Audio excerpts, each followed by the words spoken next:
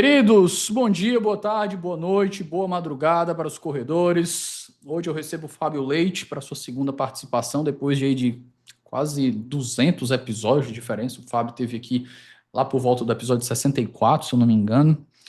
E a gente vai conversar sobre um dos dois grandes temas, que ele é autoridade aqui no Brasil, que é, no caso, liberdade de expressão e liberdade religiosa. Hoje a gente vai conversar sobre liberdade religiosa e acomodação razoável, essa capacidade e esse dever que o Estado e às vezes até o ambiente privado tem que ter de se flexibilizar para permitir um exercício completo ou pelo menos adequado de um direito constitucionalmente previsto.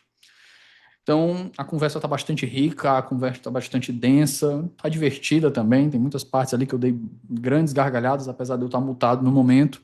E eu espero que vocês gostem bastante, como eu gostei também, e acho que foi bastante enriquecedor. Lembro também que esse podcast, antes de eu dar todos os disclaimers, né? Já deixa a inscrição aqui no YouTube, já se inscreve, já deixa o joinha, já assina o sininho para receber, já deixa a avaliação se você tiver no Spotify, já dá 5 estrelas lá no Apple Podcast ou em qualquer outra plataforma que você estiver dando. E claro, vocês também ajudam esse podcast a sustentar através do nosso Apoia-se ou da nossa chave Pix, está tudo aqui na descrição. Se você pode fazer isso pela gente, ajuda bastante. É isso que faz o podcast eu continuar tendo que produzir tanto conteúdo. Lembrando que eu sempre falo, pessoal, aqueles episódios internacionais que eu trago aqui, cada um são 6, 7 horas só para eu trabalhar com a legenda deles e fazer toda a revisão e fazer tudo direitinho. Então, ajude a remunerar o Davi, que cumpre todas as funções desse podcast, desde estagiário até produtor e apresentador. Lembrando também que esse podcast também se sustenta com a ajuda de dois patrocinadores. Primeiro, minha querida Contracorrente Editora, editora do meu coração, que deu um cupom maravilhoso aqui pra gente, para você ter 25% de desconto em todo o catálogo de uma das melhores editoras que existem hoje no país. E continua fazendo um trabalho assim, só pedrada. Então, acessa aqui na descrição do episódio, tem o nosso cupom de desconto. Você vai lá no catálogo da Contra, compra qualquer coisa e ainda recebe 25% de desconto, que ainda converte uma parte em comissão para a gente. E também meu querido Felipe Augusto, lá do Ouse Saber Cursos Preparatórios, que preparou também um cupom para todos os cursos disponíveis no Ouse, para quem é concurseiro e está aí almejando o tão sonhado cargo público, encurtar um pouquinho essa trajetória até os grandes cargos de magistratura, Ministério Público, defensorias e etc. O Ouse aí já aprovou mais de 4, 5 mil pessoas nessas grandes carreiras e eu acho que eles vão também te ajudar. É isso, pessoal. Eu espero que vocês gostem do episódio de hoje. Meu nome é Davi Sobreira e esse é o ONU Supremos, o podcast do Ulisses, Centro de Estudos Constitucionais.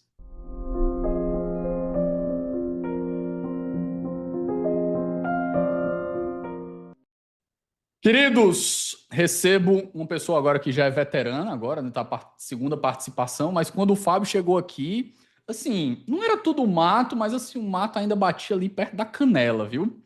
Episódio, acho que 63, 64, quando ele veio com o Vitor aqui falar de liberdade de expressão no Brasil. E hoje a gente vai conversar sobre um tema meio que correlato, mas antes da gente continuar, Fábio, meu querido, muitíssimo obrigado por estar aqui conosco. Por favor, se apresente aqui para o nosso ouvinte, se reapresente, dê suas credenciais para quem não lembra de você, que teve aqui, acho que 3, 4 anos atrás já. Eu estou perdendo, o Onze está ficando tão velho, daqui a pouco ele está Também fazendo não lembro. tá fazendo bar mitzvah, né? Eu que agradeço, Davi, muito obrigado pelo convite. Bom, meu nome é Fábio Leite, eu sou professor de Direito Constitucional da PUC, doutor em Direito pela UERJ, com uma tese sobre liberdade religiosa, Estado e religião em geral, né, que é um tema que a gente vai tratar hoje. E E eu tenho as linhas de pesquisa, basicamente são liberdade de expressão e liberdade religiosa. São os temas aos quais eu mais me dedico. Eventualmente, jurisdição constitucional, tenho publicações, mas eu tenho focado. É difícil, né, conduzir 3 pesquisas de uma forma satisfatória. Então, escolhas e renúncias, eu tenho priorizado muito mais nos últimos anos. ah, os estudos e as pesquisas sobre esses dois temas, né? Então, é um prazer muito grande tá? Aqui já falamos sobre liberdade de expressão, então agora ter essa oportunidade de falar sobre liberdade religiosa. Perfeito. Fábio, para quem é familiarizado com direito, basicamente em common law, né, anglo-saxão, essa ideia de acomodação razoável ela é muito natural, ela vem muito fácil. Mas para aqui para o Brasil, nem tanto, até porque não só a expressão é meio que estranha, mas os problemas aqui relacionados a isso são muito pequenos. E quando ganham notícia em nível nacional, é uma coisa assim muito pontual. De vez em quando teve aquele caso que viralizou. Eu lembro de uma empresa pequena aqui que meio que replicou o problema lá dos Estados Unidos. Acho que era uma empresa aqui pequena que não queria fazer um serviço para um casal homossexual, algo do tipo. Basicamente reproduzindo aquele negócio lá que a gente viu em Masterpiece e em Creative 303 Creative versus Hellenius, né? Então, vamos começar, como eu sempre digo, né? O pessoal, às vezes, eu não sei se o pessoal já está achando isso chato, né? Mas vamos tirar a sujeira da mesa, vamos esclarecer conceitos. O que é acomodação razoável no âmbito de estudo da liberdade religiosa? Tá, vamos lá. Tem essa expressão acomodação razoável, né, ela se aplica também a outros cenários que não apenas a questão religiosa. Por isso, talvez por isso, alguns estejam utilizando hoje a expressão acomodação religiosa. Eu fiquei com acomodação razoável, mas é uma questão só de, né, enfim, só porque eu me acostumei com a expressão acomodação razoável, mas também é possível para quem quiser pesquisar, fazer uma pesquisa pelo tema acomodação religiosa. Mas basicamente, né, envolve medidas a serem adotadas naquelas situações em que ah, seguir uma regra religiosa, de uma crença religiosa, entra em conflito com uma regra geral, com uma lei, né? E o que fazer, né? E uma possibilidade seria acomodar essa situação excepcional. Você praticamente abre uma exceção motivado por crença religiosa para o cumprimento de alguma regra geral, né? O desafio, quer dizer, tem muitos desafios em relação a isso, mas um deles que eu acho esse tema muito interessante. Ele não é um tema simples, sem dúvida alguma não é. Eu acho que na nossa conversa consegui demonstrar e vou tentar demonstrar isso, muitas dificuldades inerentes ao tema, mas uma delas é saber se existe um dever, né? Se isso é uma obrigação. Eu tenho o dever, o Estado tem o dever, e aí vamos chegar depois no particular. O particular tem um dever de abrir uma exceção por razões religiosas, até que ponto? Qual é o preço, qual é o custo disso, né? Isso é uma coisa bastante desafiadora, né? Mas, em linhas gerais, a acomodação razoável é isso, né? Não sei se você quer que eu fale um pouco também da origem da história, porque, assim, a acomodação razoável, embora originariamente remonte aos Estados Unidos, início dos anos 60, ela é muito mais associada hoje ao Canadá. E especialmente a província de Quebec, né? Mas o Canadá em geral, né? A província de Quebec com maior frequência, mais casos de acomodação razoável. Eu lembro que meu primeiro contato com exemplo de acomodação razoável, eu estava começando o doutorado e assisti a uma palestra de uma professora do Canadá, aqui na UAB do Rio de Janeiro, né? E ela estava, eu não conhecia muito sobre o assunto, e o caso que ela estava apresentando foi justamente um cidadão Sikh, né, que tem que usar aquele turbante, e eu não lembro se ele mudou de religião ou se ele queria ingressar naquela guarda montada, né, ah, canadense, que tem um uniforme bem característico, que é um uniforme vermelho e um chapéu marrom, né, aquela polícia real montada. Mas ele não podia deixar de usar o turbante. E ela falou que a solução encontrada foi ali no Canadá foi de que ele poderia usar o turbante, mas tinha que ser da cor, exatamente da cor do chapéu. E aquilo ali para mim soou tão estranho, né? Não errado, mas tão diferente, né? Eu não estava esperando por essa. Por isso eu disse, foi meu primeiro contato com a acomodação razoável, com a expressão, né? E aí ela deu outros exemplos. Esse foi o primeiro assim que mais me chamou a atenção.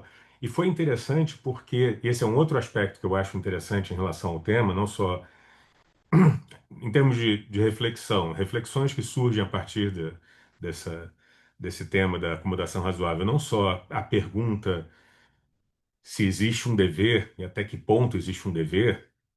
Primeiro, se existe, segundo, se existe, até que ponto existe esse dever, mas também a gente começar a pensar sobre essas regras gerais, até que ponto elas são realmente necessárias. A gente, né, não reflete muito sobre isso, porque quando ela apresentou essa decisão do Canadá, eu pensei, sem querer ser redundante, é razoável.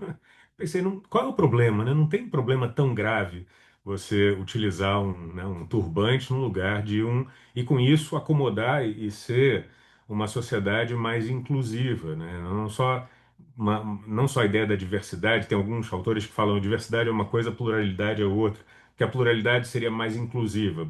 Sem querer entrar nessa discussão, mas ali é um bom exemplo de uma democracia mais inclusiva. Não estou dizendo que o Canadá não tenha problemas, tem problemas graves de discurso de ódio.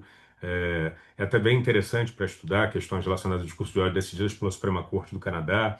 Não estou querendo aqui pintar um cenário idealizado do Canadá, mas é bem interessante como eles não medem esforços para serem inclusivos em relação a esse aspecto multicultural da sociedade canadense.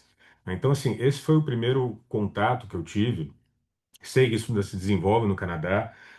E aí depois, anos depois, ainda no doutorado, eu, junto com dois alunos da, pesquisadores meus, nós traduzimos um relatório da França. Vou contar aqui a história rapidamente. O presidente Jacques Chirac nomeou uma comissão chamada, eu vou traduzir aqui, Comissão de Reflexão sobre a Aplicação do Princípio da Laicidade na República. E o presidente era o Bernard Stasi, e ficou conhecida como Comissão Stasi, né? E a ideia seria justamente eles desenvolverem trabalhos que desenvolveram durante uns 6 meses ou um pouco mais. Isso foi em 2003, se não me falha a memória. E com isso apresentaram propostas, refletindo a laicidade, os desafios contemporâneos, né, daquele momento da laicidade na França. O problema é que ela ficou muito associada à Lei do Véu, que logo em seguida, né, a Assembleia aprovou a Lei do Véu. E eu senti a necessidade de publicar esse relatório porque eu li o relatório e eu tinha visto um constitucionalista, não vou citar o nome, mas conhecido, que criticou muito a comissão porque associou a comissão Stasi à Lei do Véu, né? Então, enfim, criticou bastante a comissão. E eu li o relatório e pensei, bom, certamente não leu o relatório, porque o relatório tem propostas muito interessantes, inclusivas, sensíveis à religião, não tem esse perfil laicista. A única proposta que não foi unânime foi justamente o véu, né? A questão da lei do véu, a proibição do uso do véu nas escolas. Ela não foi uma decisão unânime e, curiosamente, foi a única proposta que foi aprovada pela Assembleia Nacional. Então, isso torna a França um país complexo, né? Como é que você tem uma comissão com um projeto com propostas bem interessantes e, ao mesmo tempo, uma Assembleia Nacional que só aprova justamente aquela proposta que era polêmica? Mas ali no relatório, para quem tiver interesse em ler essa tradução, nós publicamos. Bom, a publicação ficou interna na PUC, mas está disponível no meu site, na minha página do academia.edu, para quem tiver interesse em ler a tradução. E ali, a comissão Stasi, no relatório, eles fazem menção à acomodação razoável como uma ideia positiva e falam e mencionam o Quebec, mencionam o Canadá, o Quebec mais especificamente, mas falam sobre a acomodação razoável. Então, quer dizer, não tem a ver com essa ideia de laicismo ou uma aversão à religião, a religião apenas na esfera privada, de forma alguma. Eles têm uma proposta são propostas no plural bem interessantes ali e incorporando ideias de acomodação razoável, citando especificamente, né, expressamente, melhor dizendo, o Canadá. Então, já os Estados Unidos, eles avançaram, a Suprema Corte avançou bastante na proteção. Eu não vi tanto o uso da expressão acomodação razoável nos Estados Unidos. Até porque a acomodação razoável envolve mais essas medidas de acomodação e não necessariamente objeção de consciência, né? Objeção de consciência é uma coisa mais ampla, né? Se objetar, fazer alguma coisa, eventualmente permitir não fazer. Tem um ponto de contato ali, mas eu diria que a objeção de consciência é uma coisa mais ampla. E a Suprema Corte dos Estados Unidos tem decisões muito importantes nas décadas de 60 e 70, mas muitas delas envolvendo a questão de seguro-desemprego. Quer dizer, a pessoa que perde o emprego, é demitido porque não vai trabalhar aos sábados, ou num outro caso, porque por razões religiosas não queria trabalhar no setor de construção de armas, por razões religiosas, e por isso perde o emprego, aí vai recorrer ao seguro-desemprego, E aí o entendimento do departamento é de que isso não é razão. Você tem que há empregos sendo oferecidos, você que não quer aceitar, e o argumento é dizer, eu não posso aceitar por razões religiosas. Isso chegou à Suprema Corte, e as decisões da Suprema Corte foram, em todos esses casos, favoráveis a essa objeção de consciência, garantindo o seguro-desemprego. E isso foi uma jurisprudência que se consolidou nas décadas de 60 e 70. Depois, outro caso que não envolvia necessariamente seguro-desemprego, que é o caso Wisconsin versus Yoder, que envolvia uma comunidade Amish. Eu não quero fugir muito aqui do assunto, mas, enfim, de toda forma foi interessante uma decisão da Suprema Corte também, abrindo uma exceção, porque a legislação local do Wisconsin, né, dizia que as crianças crianças e adolescentes, né, tinham que cursar o ensino médio, o ensino fundamental, e aí os Amish têm uma regra religiosa própria, de que a partir de uma determinada idade tem que se dedicar à comunidade. E, bom, e o caso chegou à Suprema Corte, a Suprema Corte decidiu a favor dos Amish. Mas depois, esse entendimento da Suprema Corte sofreu um revés em 1993, se não me engano, né, no caso, de novo, envolvendo seguro-desemprego, que é o caso Smith, né? E quando foi julgado esse caso, de novo, houve seguro-desemprego, mas nesse caso eram cidadãos que consumiam uma substância por razões religiosas, né? Peiote. Exatamente, o consumo do peiote, né? E aí queriam seguro-desemprego porque perderam o emprego por essa razão, aí houve o entendimento de que isso não era, né, um motivo, e chegou à Suprema Corte, e a Suprema Corte mudou seu entendimento. É interessante nesse caso que o voto, eu não posso contestar o Scalia, eu só quero ser descritivo aqui em relação ao voto do Justice Anthony Scalia, porque ele basicamente diz, resumindo bastante, que essa ideia, né, essa história de que a Suprema Corte, né, dava um valor maior à liberdade religiosa nesses conflitos, era quase que uma narrativa. Ele falou, basicamente, a gente se limitou a casos de seguro-desemprego. Ele começa a narrar vários casos, dizendo, aqui a gente não concedeu, aqui a gente não concedeu, Só aqui a para gente não... lembrar que isso é 1990, viu? Employment Division Ah, é versus 90? é 90. 1909. Não, não, você não falou errado, não. Você falou que era da década de 90. Mas É, o que mas eu eu tô achei que falando fosse é que 93. essa realidade aí que você está falando era de 1990, dizendo que a corte não privilegia a religião. Porque eu. E me desculpa te cortar, Fábio, porque Não, por favor. isso daí, inclusive, vai ser o tema da minha fala lá no nosso curso, que a gente vai dar para a Escola Superior do Ministério Público da União. Porque quando tu citou o primeiro, que tu falou do seguro-desemprego, foi Sherbert versus Werner, acho que é Sim, 63. 63, É por isso que tu 63. confundiu 93. É, E o exato. Sherbert acho que era um cara que ele virou adventista do sétimo dia, e aí a empresa que ele trabalhava começou a sair de 5 dias para 6 dias por semana, trabalhar no sábado. Só que ele não pode trabalhar no sábado por causa da religião, e ele foi demitido. Exato. E aí a Suprema Corte pegou e disse: olha, não, se você faz esse tipo de mudança, se você faz esse tipo de discriminação por causa de motivo religioso, a lei ela se submete ao escrutínio estrito, que é o mais rigoroso dos escrutínios lá, né? Interesse Que estatal basicamente imperativo. Interesse estatal imperativo. Basicamente, é como se fosse a nossa a proporcionalidade alemã, só que Sim. não tão estruturada. Tanto é que vai sair agora na Suprema um artigo da professora Vicky Jackson, que eu traduzi com uma amiga minha, Juliana Fonseca, que é justamente falando como os Estados Unidos poderiam se beneficiar do uso da proporcionalidade no modelo alemão para alguns casos que eles têm que não são tão bem utilizados. Porque ele disse, olha, em liberdade de expressão e liberdade religiosa, é mais interessante você lidar com categorias. Como você bem sabe, né? Exato. Você cria os testes, cria categorias para que você tenha clareza.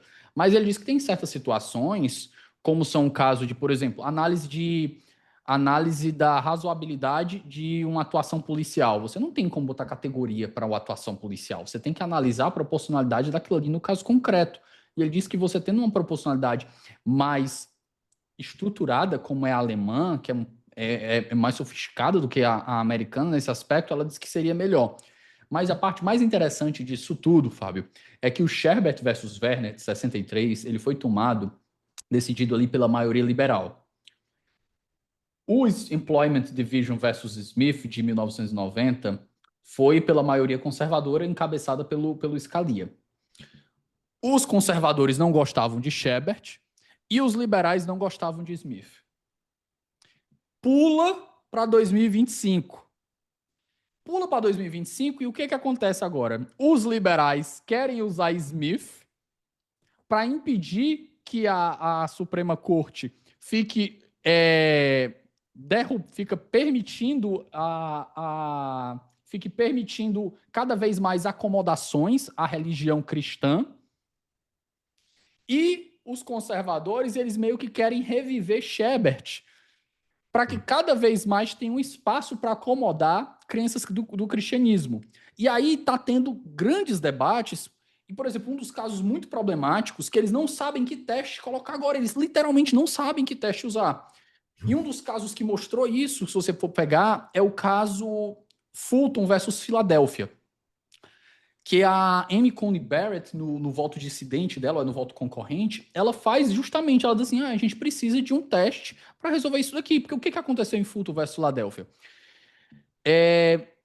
Algumas igrejas faziam o trabalho de intermediar adoções, e isso é um trabalho delegado pelo serviço público. Só que o que ela fazia? Ela não queria fazer a adoção para casais de homossexuais, do mesmo sexo.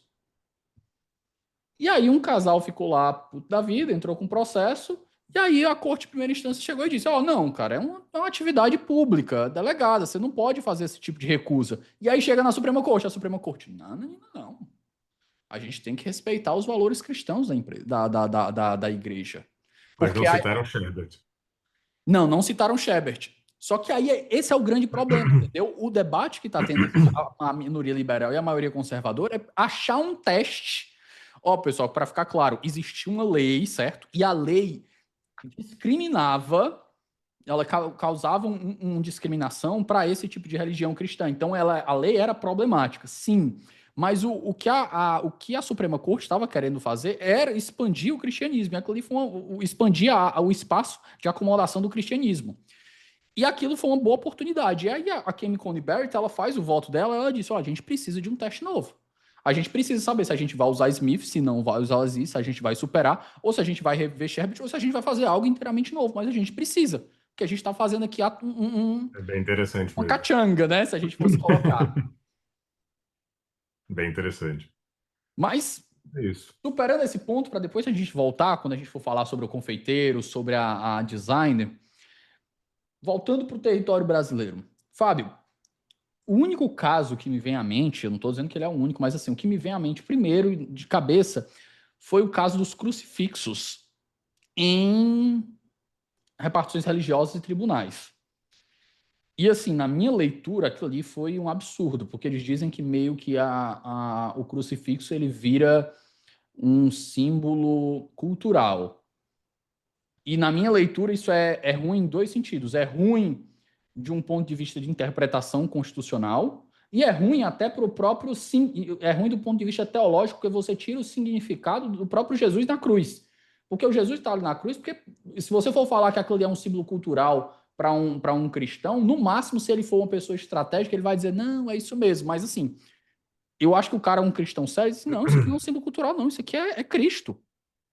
Então, nas duas leituras aqui está errado. Mas eu quero te perguntar, além da tua leitura sobre esse caso, existem outros casos sobre acomodação? Se sim, por que demorou tanto para o tribunal deliberar sobre isso? Tá, vamos lá. Tentar ser breve aqui, porque vontade de falar de muita coisa. Porque vamos lá, tem uma história rápida que eu quero contar, porque eu acho que reflete bem o ponto que eu quero fazer. Quando eu decidi fazer meu doutorado sobre esse tema, que isso por si só já é uma história interessante, mas eu tomaria muito tempo. Mas eu, bom, apresentei o projeto, fui para entrevista, e quando cheguei na entrevista, um professor, que eu não vou citar o nome, já falecido, um professor mais antigo, ele disse: Fábio, eu li o seu projeto e não achei ele relevante. Não acho que o tema seja relevante. E eu não estava esperando isso, eu estava esperando tudo, qualquer coisa. Ele poderia dizer: olha, eu gostei do projeto, mas você não é a pessoa para tocar. Gostei do projeto, mas não gostei de você, não gostei do seu currículo. Poderia ser qualquer coisa. A única coisa que eu não estava esperando é que ele dissesse que depois de toda aquela pesquisa, para mostrar todos os problemas que a gente tem, incluindo falta de doutrina, né, ele fosse dizer. E eu fiquei olhando para ele com cara de embargo de declaração, porque eu estava esperando uma continuação, né? E aí vem a resposta, e esse é que é o ponto. Ele disse: o Brasil é um país católico. Essa foi o comentário. Então ele basicamente disse: esses problemas são dos Estados Unidos, não são do Brasil. O Brasil não tem esses problemas, é um país católico. Bom, eu dei minha resposta, mas isso não importa aqui. Mas o fundamental é, eu acho que essa resposta de estudo, né, ela fala sobre o estado da arte desse tema tão maltratado, né, no Brasil, no direito brasileiro, até então. E eu digo até então, não que eu estou querendo dizer que a minha tese fez a diferença, mas é nesse período, porque teve uma tese na PUC de São Paulo em 2005, teve uma tese na PUC do Rio Grande do Sul em 2006, do meu amigo Jaime Weingartner Neto, publicou em 2007, a minha é de 2008. Quer dizer, então a gente estava. Aí depois tem o Aloysio, Aloysio Cristóvão, também na PUC do Rio Grande do Sul, né? Ele é da Bahia. Ele publicou em 2010, eu não sei se a tese é de 2009 ou 2010, publicou 2010, 2011, mas por aí. Quer dizer, começam a surgir trabalhos acadêmicos sérios sobre isso, porque até então, eu vou afirmar isso com segurança, não tem nada de relevante, né? Não tem um trabalho acadêmico sobre esse assunto. Esse sempre foi um assunto que por razões sobre as quais eu só posso especular, mas talvez essa fala do professor seja bem emblemática. O Brasil é um país católico, então não tem essa preocupação. Bom, pode ter, é multifatorial, quer dizer, tem muitos fatores também. A gente está numa preocupação maior com direitos fundamentais, proporcionalidade, todos esses temas chegando no Brasil, sendo desenvolvidos. Em algum momento íamos chegar à liberdade religiosa e também, de uma forma mais ampla, as relações em geral entre Estado e religião, que inclui, mas não se limita à liberdade religiosa. Então, assim, eu acho que a gente tem esse passado, ah, não tem realmente, quem for fazer pesquisa, não tem nada de relevante para encontrar, né, até a década de 90, sem dúvida, não tem nada de interessante no direito sendo produzido. Quando eu fiz a minha pesquisa, por isso que eu achei que pelo menos isso eu tivesse demonstrado, olha, vários problemas, mas né, não tem uma doutrina. Eu descobri também que, né, o pessoal da área de ciências sociais tem um trabalho excepcional sobre isso.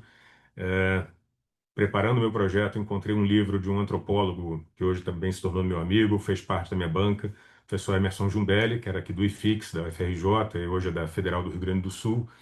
E ele escreveu um livro chamado, que eu acho que ganhou o prêmio CAPES de melhor tese de antropologia, e publicou como livro chamado O Fim da Religião. E o título é ambíguo, tem uma ambiguidade proposital. O Fim da Religião, onde ele aborda França e Brasil. E eu vou dizer honestamente, em termos jurídicos, é melhor do que qualquer trabalho jurídico. A parte que ele aborda direito brasileiro é melhor do que e história, enfim, é melhor do que qualquer trabalho que eu tenha lido aqui no Brasil. E ele faz essa afirmação porque ele estudou na França e leu sociologia, antropologia e também direito na França. Quando ele começa Brasil, e ele faz um comentário dizendo: olha, no Brasil, praticamente ele está dizendo, não encontrei nada, vai do mais geral para o mais específico em uma linha. É uma coisa assim, é um salto gigantesco de considerações históricas e de repente pula para um caso concreto. Quer dizer, ele fez uma crítica ao direito, eu não podia me identificar mais com essa crítica que ele fez ao direito brasileiro, não ao direito, porque ele estudou na França, tudo bem, você consegue, tem trabalhos da academia do direito que são ótimos, né, sobre o assunto, claro, sobretudo sobre laicidade. E ele chega no Brasil e se espanta dizendo: aqui eu não encontrei nada. Então, quer dizer, não é uma idiosincrasia, não é uma impressão muito pessoal, ele compartilha. Então, eu acho que a gente começou realmente a se preocupar com esse tema muito nos últimos 20 anos, eu diria. Nas últimas 2 décadas é que realmente tem uma produção, ainda é pequena, tá? Claro, tá aumentando, mas não é numa progressão geométrica, nem mesmo aritmética, mas está aumentando, a gente tem mais. Eu até brinco com os colegas, porque a gente se conhece, a gente está em todos os eventos, somos sempre nós. Eu costumava dizer para eles que nós somos a turma da Kombi, né? Que cabe numa Kombi. Era uma piada que se fazia com a torcida do América aqui no Rio de Janeiro, né? Que a torcida cabia numa Kombi. É o que eu Nós falo somos. sobre é o que eu falo sobre os meus amigos liberais. Então, assim, sempre que a gente se encontra, né, Rodrigo Vitorino, da Federal de Uberlândia, Jaime, lá do Rio Grande do Sul, eu falo, nós somos a turma da Kombi. E tem um problema sobre o qual a gente conversa bastante. Nós somos homens brancos, né, assim, tá faltando diversidade, mas, de novo, a gente só pode estimular, né, uma maior diversidade. Não posso. As pessoas têm que ter interesse. Por que que homens brancos estão tendo Não interesse dá em para estudar? mudar de cor e nem de sexo, né? Assim, tem uma diversidade religiosa, honestamente. isso é bom, Não de diversidade forma religiosa tem. honesta. Né? A gente tem ali uma diversidade religiosa, isso aí sem dúvida nenhuma, e todos somos muito sérios, somos acadêmicos sérios. Mas está crescendo, a gente quer uma maior diversidade, mas também maior quantidade também, mais pessoas. Então eu acho que ainda é um número pequeno, né, mas bem melhor, eu diria, não só melhor, mas bem melhor do que há 20 anos atrás. Então, assim, isso tem gerado resultado? Eu acho que sim. Eu acho que, não olhando não só para o Supremo Tribunal Federal, mas também para o Supremo, e dando destaque para o Supremo, no campo da liberdade religiosa. Mas aqui eu tenho que separar, Davi, o que vai explicar também, eu concordar com as suas críticas em relação à decisão do Supremo, no caso do crucifixo, é que tem que separar esses dois. Eu separo esses dois temas a partir das pesquisas que eu fiz, laicidade e liberdade religiosa. Como é que o Supremo está tratando liberdade religiosa é muito interessante. Como trata laicidade é péssimo. Mas não é só o Supremo. Eu acho que isso é o direito brasileiro ainda. Eu acho que ele está avançando mais no campo da liberdade religiosa do que no campo da laicidade. É assustador, às vezes, você vê que é o mesmo Supremo Tribunal Federal tomando uma decisão interessante, antenada, dialogando com jurisprudência de outras cortes, apoiado em doutrina, e de repente, quando o assunto é laicidade, é extremamente raso, né? Eu acho que é uma coisa mais. Tem que separar esses dois temas, né? Eu, quando participo desses seminários internacionais de liberdade religiosa, falo das decisões que eu encontro, decisões do Supremo Tribunal Federal de liberdade religiosa. As de laicidade eu evito ao máximo, porque eu acho uma vergonha. Veja, eu vou citar uma aqui que não é nem do Supremo Tribunal Federal, é do Superior Tribunal de Justiça, mas não é muito diferente do Supremo. Foi um caso em que o prefeito, o ex-prefeito aqui do Rio de Janeiro, César Maia, tinha sido condenado por improbidade administrativa porque ele doou recursos públicos para a construção de uma igreja católica. Quando me contaram o assunto, né, foi um assessor do Ministério Público que ajuizou a ação, eu falei, não, você deve estar enganado, deve ser para reforma, tipo Igreja Juro Preto, sei lá. Ele falou, não, Fábio, onde tudo era mato, né, ergueu-se uma igreja com dinheiro público. Eu falei, mas não é possível que o prefeito César do Rio de Janeiro tenha feito isso, né? Não, não falta procuradoria do município, assessoria. Isso é um tanto básico. Ele falou, pois é, e aí ele foi condenado. Acho que nunca um prefeito do Rio tinha sido condenado por improbidade administrativa, mas não tem defesa, ele foi condenado. E o tribunal manteve a condenação, porque, de novo, não tem defesa. Só E para ele falou, avisar, né? Ele foi condenado no Rio de Janeiro. foi condenado no Rio, foi O, condenado no o que Rio de costuma Janeiro. ser, o que não costuma ser muito difícil, né, Fábio? Porque vocês são Mas um estado prefeito que. do Rio condenado por improbidade Prefeito não não, tem geralmente é assim. governador que vocês condenam, né? Sim, sim. É, mas aí ele falou, eu até pedi a tua ajuda, mas agora já foi um recurso especial, era resposta ao recurso especial lá para o STJ, mas isso aí é causa ganha já. O Superior Tribunal de Justiça deu ganho de causa para o César Maia, por unanimidade. Eu fiquei espantado, assim, como aquele quadro O Grito, sabe? A minha reação na hora foi aquela. Eu não acreditei, mas qual foi o fundamento? Eu lembro que eu fiz um post na época, eu estava realmente espantado, como é que deu ganho de causa por unanimidade. E aí eu fui ler na decisão, e aí a decisão é o retrato né, da forma como o direito lida com essas questões, porque falava em Cristo Redentor, falava até na presença da religiosidade no Estado brasileiro. Parece que o Ministério Público é intolerante, né? O Ministério Público é um intolerante, que esse é sempre o argumento da intolerância, intolerância religiosa. Se você, né, o mínimo de laicidade que você queira, num caso como esse, você já é acusado de intolerância religiosa, de não respeitar a religião. E aí vinha argumentos como o nome do estado de São Paulo tem inspiração religiosa, Santa Catarina, né? Espírito Santo, não lembro nem se eles mencionaram, mas Espírito Santo. Então, assim, e aí vem o Cristo Redentor. Então, Cristo Redentor, São Paulo, Santa Catarina, de repente, no meio de tudo isso, ele é absolvido. Bom, a pergunta que eu me faço é: qual é o recado que o Superior Tribunal de Justiça está dando para os prefeitos de quase 6 mil cidades do Brasil? Pode ou não pode? E Né? associe com as religiões para você se Sim, reeleger da melhor se forma fosse possível. editar uma súmula ou aprovar uma tese a partir desse caso, seria qual? Né? Pode até um certo valor, pode se for Igreja Católica, que está associada ao Espírito Santo, Santa Catarina, Cristo Redentor, pode se for cristã. Eu não entendi, eu juro a você, eu não entendi o que eles decidiram. Né? E é um tribunal superior, então tem essa responsabilidade, uma interpretação da lei federal. Como é que é para interpretar? Não faço a menor ideia, só sei que ele foi absolvido. Mas fica essa dúvida. Eu fiquei chocado de ver o ministro do STJ, não lembro quem, não importa, mas ter usado esse argumento, porque eu só tinha visto ele, eu só tinha ouvido esse argumento de Cristo Redentor, você desvirtuar, é quase, né, a falácia do espantalho. Eu só vi uma vez quando o governo Lula apresentou o PNDH 3, lá atrás, o Plano Nacional de Direitos Humanos número 3, e aí tinha uma orientação em relação aos símbolos religiosos nos locais públicos. Não era uma ordem, não era uma lei, né? Só para evitar, era alguma coisa muito vaga, né? Um soft, né? E aí um canal de TV, a Band, fez uma reportagem sobre o PNDH 3 e tem esse problema, né, metodológico que você chama uma pessoa do direito achando que ela está dando a leitura jurídica. E chamaram quem? O Ives Gandra da Silva Martins para falar sobre logo o PNDH 3, né? Então você sabe que foi crítica da primeira página à última. Quando chegou esse assunto, e talvez seja, eu já revi isso no YouTube, ainda está disponível. Quando chegou nesse assunto, ele não respondeu, ele não enfrentou o problema. Ele só falou assim: ah, mas no Brasil, então vai fazer o que com Cristo Redentor? Vai fazer com o que com o estado de São Paulo, Santa Catarina? Foi a primeira vez que eu vi esse argumento raso, né? É Mas o que a gente chama de Ives, poder moderador Gandra Martins Filho. é. Mas é assim, bem-aventurados aqueles que nada esperam, porque não se decepcionarão. Eu não estava esperando também muita coisa. O Ives Gandra é um que tinha dado um parecer sobre ensino religioso, dizendo que não era nem confessional nem interconfessional, é só da Igreja Católica. Esse foi o parecer jurídico dele, que eu li uma vez. Né? Tão logo foi promulgada a Constituição de 88. Não tem discussão sobre confessional e interconfessional. É facultativo porque quem não for católico não assiste aula de religião. Religião é só católica, que é a religião verdadeira. Então, assim, tudo bem o Ives Gandra falar isso, mas o ministro do STJ foi estranho.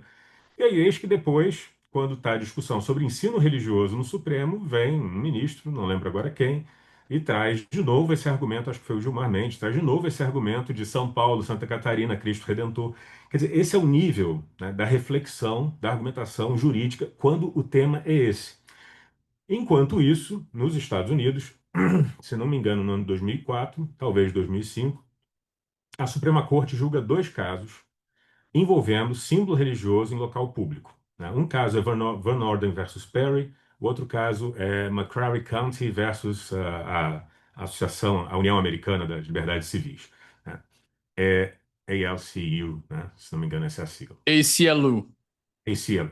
Então, a Suprema Corte julga esses dois casos. Isso era uma manchete pronta para todos os jornais no mundo, como foi aqui no Brasil, inclusive. Foi uma manchete que estava pronta. Por quê?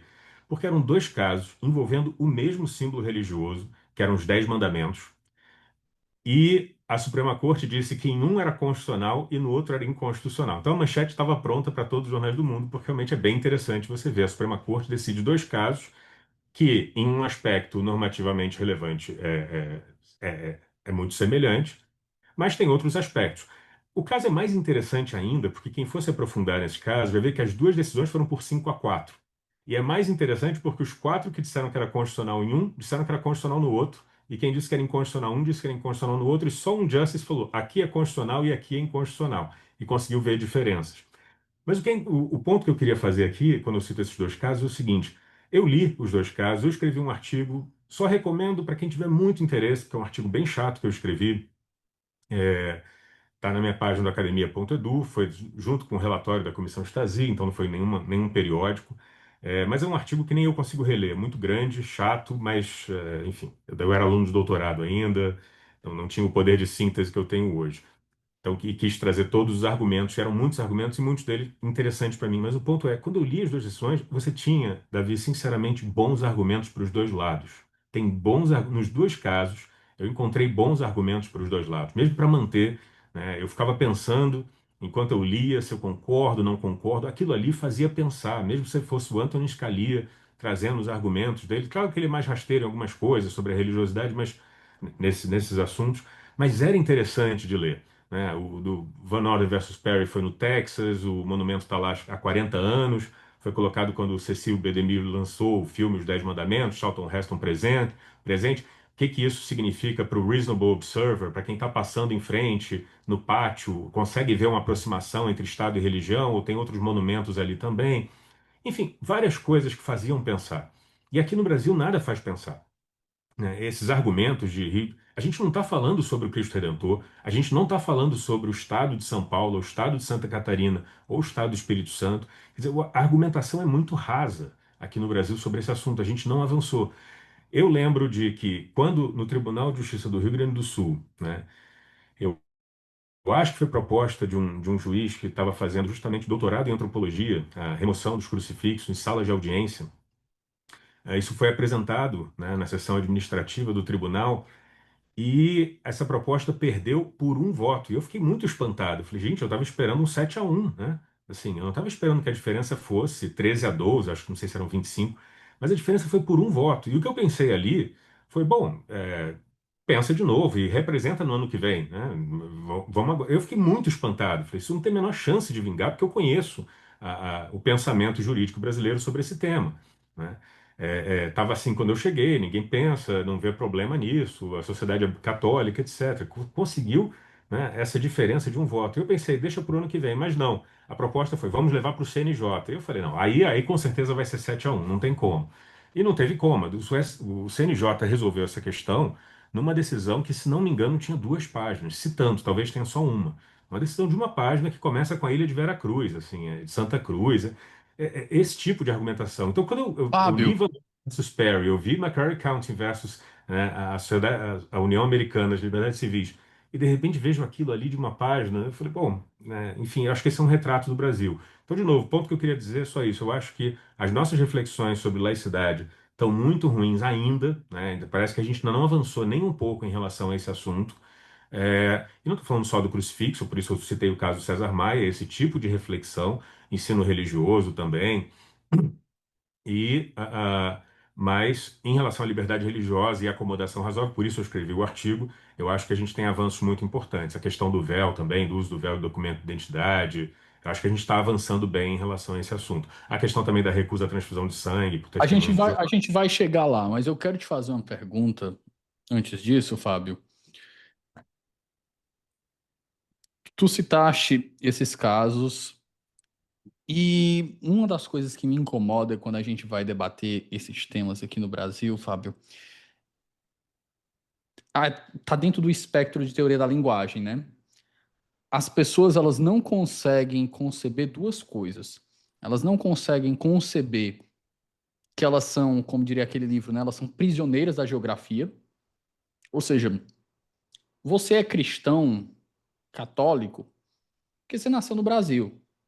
Se tu tivesse nascido na China, enfim, em outro país, isso teria condicionado muito fortemente a sua capacidade de escolha religiosa. Esse é um primeiro ponto. Então, as pessoas. Esse é um primeiro ponto de teoria da linguagem, né? As pessoas não conseguem entender que os limites do mundo dela ali estão condicionados. Mas o segundo ponto é que as pessoas não conseguem conceber algum nível de alteridade para lidar com o argumento religioso, porque sempre é uma questão de você acomodar a sua religião. Quando você precisa fazer alguma acomodação, que às vezes nem deveria ser acomodação, eu vou citar uma, para a religião do outro, é problemático. Vou citar uma que foi muito batida e ganhou repercussão nacional.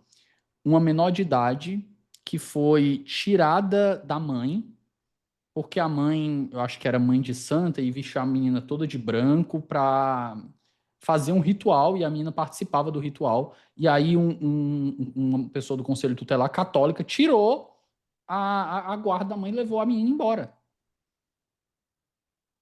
Eu conheço esse caso. E aí esses dois pontos, eles me batem muito. E eles me batem muito porque eles não são difíceis só para o cidadão comum. Porque é esperado ser para o cidadão comum.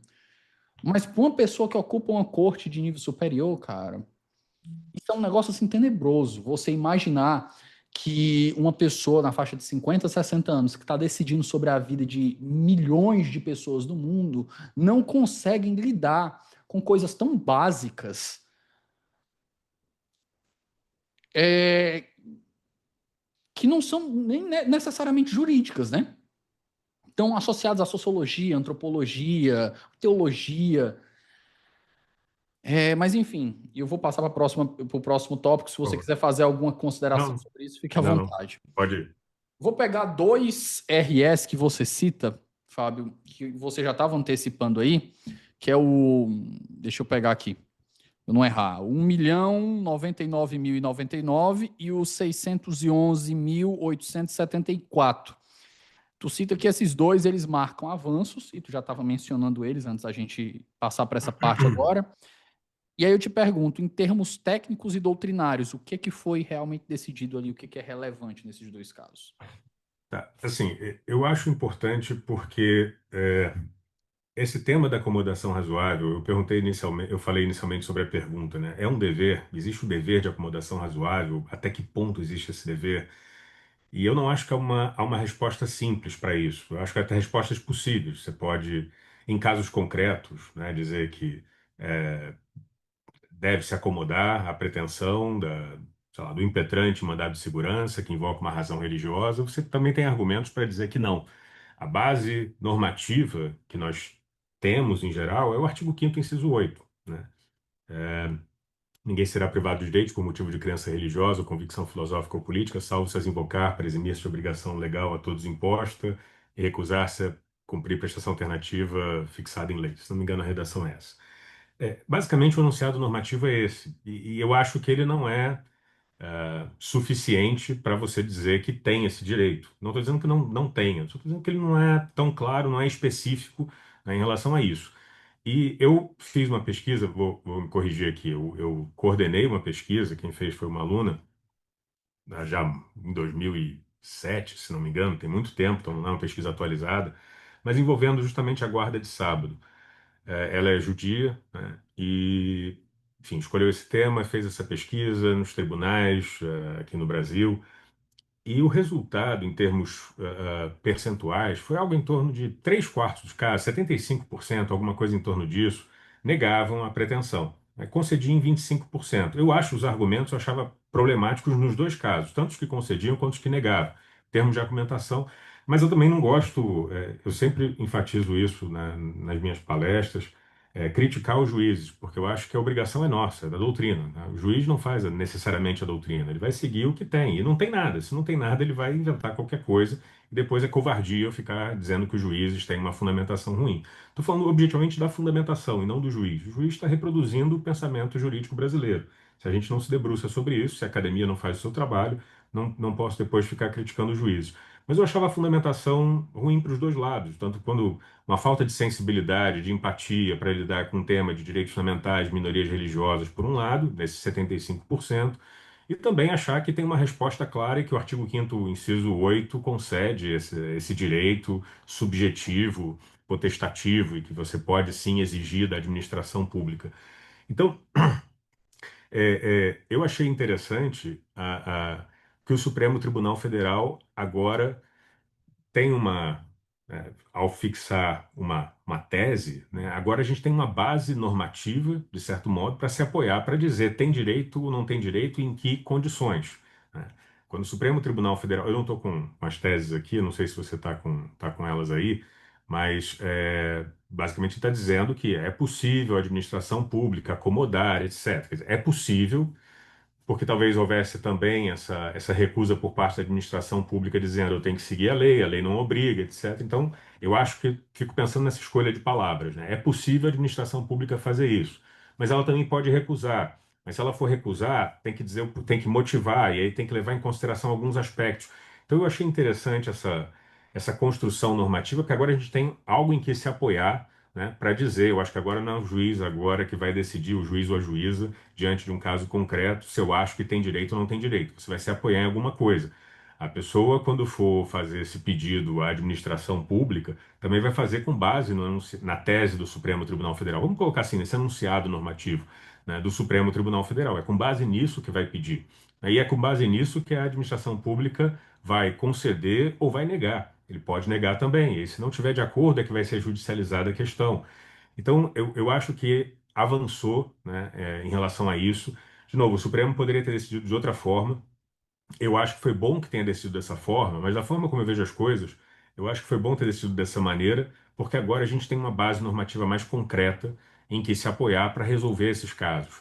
Porque antes, de novo, se eu fazer uma pesquisa empírica, essa não está atualizada, tá? Mas a chance de ganhar é 1 em 4, né? Era basicamente isso. A chance de você ganhar judicialmente era 1 em 4. Então, eu achei que isso foi um avanço. E outra coisa que é muito importante nessas decisões do Supremo, quer dizer, foram dois casos. O Supremo não simplesmente reuniu e vou afirmar uma tese, porque os casos são semelhantes em um aspecto e diferentes em outro. Quer dizer, ambos envolvem a guarda do sábado, né, pessoas sabatistas. Mas um envolvia um professor ou professora, né, que estava faltando ao trabalho na sexta-feira à noite, porque tinha que começar a guardar o sábado já a partir de sexta-feira à noite. Então, esse é o assunto, essa é a questão. O outro caso já envolvia, né, uma etapa de o teste de aptidão física num concurso público, que caiu no sábado. Então, de novo, é o problema do sábado, mas a gente está falando de teste de aptidão física no concurso público. A gente não está falando da prova de matemática do concurso público, por exemplo, que tem que ser igual para todos os candidatos. Então, eu achei interessante também o fato de que o Supremo Tribunal Federal circunscreveu. Olha, estamos falando tese sobre esse assunto específico. E essa é uma posição que eu tenho, que vem da minha visão sobre o direito, né?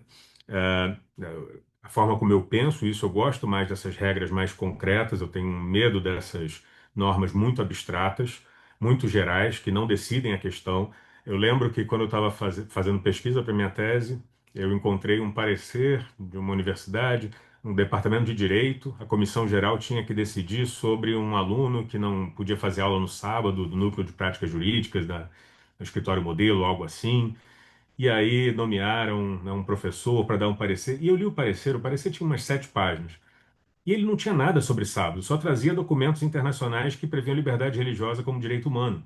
E foi aprovado e todo mundo deu parabéns, um excelente parecer. Quer dizer, isso é muito vago. Eu falei, mas não tem nada aqui. Se ele citou, eu estou inventando esse número, 6 documentos internacionais, se ele tivesse citado 4, faria diferença. Se ele tivesse citado um, se tivesse citado 20 documentos, a partir do momento que nenhum deles trata do sábado, do problema do sábado, não faz diferença nenhuma. Né? Então é uma coisa muito vaga. Eu não gosto. Tive uma discussão uma vez com um professor uma discussão, né, acadêmica, um professor argentino, que estuda professor de liberdade religiosa, e ele estava falando que ele gostava dessas leis que tem que ser gerais mesmo. Eu falei, eu penso exatamente o oposto. Eu não acredito numa lei da liberdade religiosa se ela for geral, se ela só ficar falando obviedades, se não envolver tomada de A posição, gente já volta para aquele caso lá do MNA, né? É o aquilo com que todo MNA mundo na concorda. liberdade religiosa. É aquilo com que todo mundo concorda, mas assim, eu prefiro, né, uma tomada de posição da qual com a qual alguns vão concordar, outros vão discordar, mas uma tomada de posição sobre uma questão específica. Não precisa ser tão específica, mas é aquele mínimo para você dizer, olha, quando for assim, né, quando for essa situação envolvendo o sábado e a pessoa tendo que faltar e, enfim, um serviço público, que ele envolve, de novo, envolve a administração pública, não está tratando do particular. Então, eu achei interessante esse cuidado do Fábio, Supremo, porque eu acredito mais nisso. me permite uma pergunta para enriquecer mais esse ponto, né? Só um disclaimer para quem escutou a gente aqui, a piada interna do MNA, né? É a piada da Uhum. liberdade de expressão que o Fábio apresentou lá no primeiro episódio que a gente gravou, que existe uma platitude, a platitude mó da liberdade de expressão, que foi falada até pelo Flávio Dino recentemente, né? A liberdade de expressão é Nunca vai importante, morrer, mas não é absoluta, como se a pessoa mas não é estivesse absoluto. fazendo algum argumento assim transcendental de valor, como se Desculpa interromper, eu costumo brincar dizendo que se eu fosse o advogado de defesa, eu sempre iria começar a petição dizendo: eu sei que a liberdade de expressão não é não é absoluta. Eu para fiz o que fiz já sabendo, antecipa. eu publiquei o que eu publiquei sabendo que ela não é absoluta. Então não use esse argumento na sentença. Exato, Vamos perfeito. avançar daqui para frente. Né? Mas o ponto que eu queria te perguntar é: o caso das testemunhas de doação de sangue para testemunha de Jeová, né? Sim. É Pronto, o doação não, caso transfusão de sangue. da transfusão de Gratidão. sangue, do testemunho de Jeová. Isso daqui é um caso do que a gente estava falando, do que eu estava falando aqui, que a professora Vicky Jackson falou, né? Quando a gente está lidando com liberdade de expressão e liberdade religiosa, e alguns outros direitos, é mais interessante você ter categorias ou testes muito bem definidos. Exatamente. Você não está. Exatamente. Lógico, a proporcionalidade ela pode entrar num primeiro momento para você fazer a avaliação dos valores envolvidos e fazer o desenvolvimento do teste, né? Você cunha o teste a partir de uma análise de ponderação, de proporcionalidade. Você pega todos os valores envolvidos e chega, olha, o que é que a gente pode ser feito aqui? Mas nesse ponto a gente pode dizer que a gente tem claramente não uma categoria, mas a gente tem um teste, né? O teste é, olha, se a pessoa é maior de idade, Se a pessoa está deliberando sobre o próprio corpo, deixa ela morrer. A gente tem um Exatamente. teste muito claro. Submete, ela professa uma fé, ela é maior de idade, ela está deliberando sobre o próprio corpo, não está deliberando sobre um filho, por exemplo, o teste está cumprido. E aí a gente tem regras claras. Imagina se a gente tivesse esse tipo de regra para vários modelos de liberdade religiosa e, sobretudo, para vários modelos de liberdade de expressão, tanto de problema que a gente não ia poupar. Olha, Davi, foi interessante você falar isso pelo seguinte.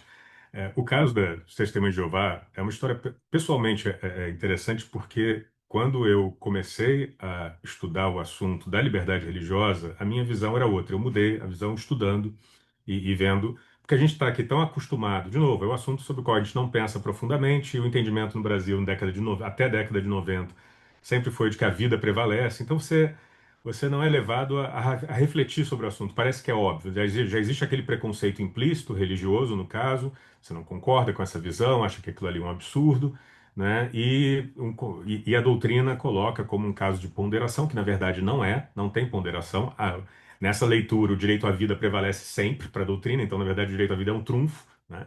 Vai sempre, é o Royal Straight Flush, né? Aquele jogo que vai ganhar sempre. Não tem uma situação onde você vai, tem alguma situação É em que o a direito à vida não cachanga, vai né? ganhar? É a cachanga Não real. tem hipótese nenhuma em que vai ganhar. Então, na verdade, não tem ponderação nenhuma. O direito à vida aparece como um trunfo.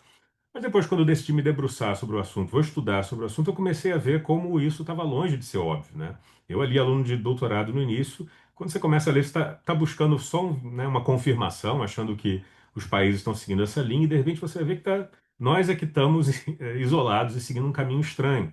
Que não é uma questão só. Estados Unidos é covardia pela ideia da autonomia, enfim, como o valor da autonomia nos Estados Unidos, é até covardia, mas você começa a ver Portugal, Espanha, Itália, Irlanda, Austrália, Alemanha. Eu comecei a encontrar decisões nos países que têm uma visão completamente diferente. Né? E todos eles têm direito à vida, e todos eles têm democracia, e ainda assim eles só não chegam ao mesmo resultado. E isso mexeu muito comigo, né? Eu mudei radicalmente a minha posição. E a minha posição não é autoral, isso que eu quero deixar bem claro. Quer dizer, fruto de estudos, depois eu, né, no meu livro, eu escrevi um artigo específico sobre isso. Eu tenho ali uma tomada de posição nessa linha que você está falando. Né? Vamos estabelecer aqui algumas regras, mas não estou tirando da minha cabeça, a partir do que eu estou lendo, não tem nada de original ali, não tem absolutamente nada do que eu coloquei naquele trabalho que seja original. Claro que é discutível, então, basicamente, eu dizia ali que tem que ser maior, se for maior de 18 anos, consciente e capaz, deve ser respeitada a sua vontade. Mesmo que a consequência seja essa, né, de você vir a falecer. É, e aí, depois, bom, isso tá na minha tese, é um dos pontos que eu abordo, e um dos professores que estava na banca é procurador do Estado e ele foi provocado a se manifestar sobre isso, num parecer da Procuradoria do Estado. Foi o Hospital Universitário da UERJ, o Pedro Ernesto, que encaminhou essa, essa questão para a Procuradoria do Estado do Rio e ele respondeu nessa linha. Só que é interessante que ele fez um comentário, uma nota de rodapé. A linha dele só não é idêntica, ele só não seguiu exatamente aquilo que eu tinha colocado, porque ele abriu um parêntese para dizer que não ia se manifestar sobre o adolescente maduro, porque não foi objeto de consulta. Eu confesso a você, Davi, foi a primeira vez que eu ouvi essa expressão adolescente maduro, eu não conhecia. E continuo achando ela muito estranha, porque para mim ou você é adolescente ou você é maduro. Se um dia alguém conhecer um adolescente maduro e falar, Fábio, esse aqui é o João, ele é um adolescente maduro, ele quer te conhecer. Fábio, existe. Eu lembro que eu estava conversando com a professora Neida Desirê Salgado e ela fez uma definição muito bonita, que ela disse: Davi, eu dou aula para o pessoal de começo de faculdade, primeiro, segundo semestre. Eu, vixe, aquela galera que está saindo da adolescência. Ela diz assim: os pós-adolescentes. Pois é. Não, Porque, eu bicho, falei, eu até brinco, eu digo assim: olha, a gente defende a liberdade de expressão, mas assim, se eu pudesse calar uns jovens até os 25 anos, eu acho que era uma boa ideia de política fechou. pública. Esse parecer depois tinha que ser homologado, e é o marido de uma amiga minha, professora, e aí pediu o trabalho para ele ler com calma, os argumentos, etc. E eu mandei o trabalho, com o maior prazer. Ele agradeceu no parecer dele, que está na internet, agradeceu, mas discordou, e seguiu aquela linha mais tradicional de prevalecer o direito à vida, etc. E depois, diante dessa situação, a Procuradora-Geral nomeou o Barroso, que era procurador do Estado, para o desempate, e foi nessa linha que eu estava defendendo. Eu lembro de uma vez conversar com uma também procuradora do Estado, que ela falou que para o concurso dela, ela tinha lido o meu texto, mas ela não concordava totalmente. Porque eu falei, por que que você não concorda? E aí ela dizia, mas aí começou a apresentar casos, né? Aí se a pessoa tiver 17 anos ou 18 anos e entrou para a religião, eu falei, olha só, pelo que eu coloquei ali, eu não vou chamar de minhas regras porque parece que é autoral, tá? Não é, eu já deixei isso bem claro. Mas pelas regras que eu coloquei ali, tá resolvido. Se ela tem 18 anos, respeita a vontade dela. Ah, mas eu não sei, eu acho complicado. Eu falei, ó, tudo bem, se você não sabe, deixa isso separado para você fazer a sua ponderação casuística, que pode sair qualquer coisa, que não é você que vai fazer, tá? É um juiz, uma juíza que não é nenhum Hércules, etc. Mas tudo bem, deixa para resolver. Que mais? Aí apresenta um outro caso. Falei, você pode apresentar quantos casos você quiser. Isso vai representar 10% dos casos. As regras vão resolver 90% dos casos. São esses 10% que você acha que são mais complicados. Eu não vejo complicação nenhuma. Agora, sim, o que eu admito, mas esse não era o ponto dela. Eu posso rever isso, por exemplo, precisa realmente a pessoa estar consciente? Vale uma manifestação ali, por escrito, etc. Eu posso ter sido muito radical, para mim foi uma mudança, né, tão difícil para quem tem uma posição e de repente está indo para o outro lado, que talvez eu tenha sido muito rigoroso, né? Pode, então não precisa ser necessariamente, como aliás o Supremo decidiu, né, não precisa a pessoa estar consciente, posso ter sido mais radical, em relação a isso. Mas eu acho que essas regras assim são importantes, porque o médico vai poder se apoiar nisso e verificar, afinal de contas, é maior de 18 anos, se é maior de 18 anos, a sua vontade tem que ser respeitada, é, é capaz, né, de manifestar a sua vontade, etc. Então, a partir desses critérios, e com isso a gente consegue resolver com alguma segurança, trazendo segurança para o médico. A situação do médico é péssima, não é win-win, é lose-lose. Se você fizer, você pode ser processado, se não fizer, pode ser processado também, né? Você vai ser processado se você não fizer pelo Ministério Público. Se você fizer a transfusão, vai ser processado pela família. Então, assim, eles não têm. Por isso que o hospital encaminhou essa consulta para o Procurador do Estado. Não tem resposta no direito brasileiro. Essa é a questão. Tem um caso, se você me permite contar, foi julgado pelo STJ.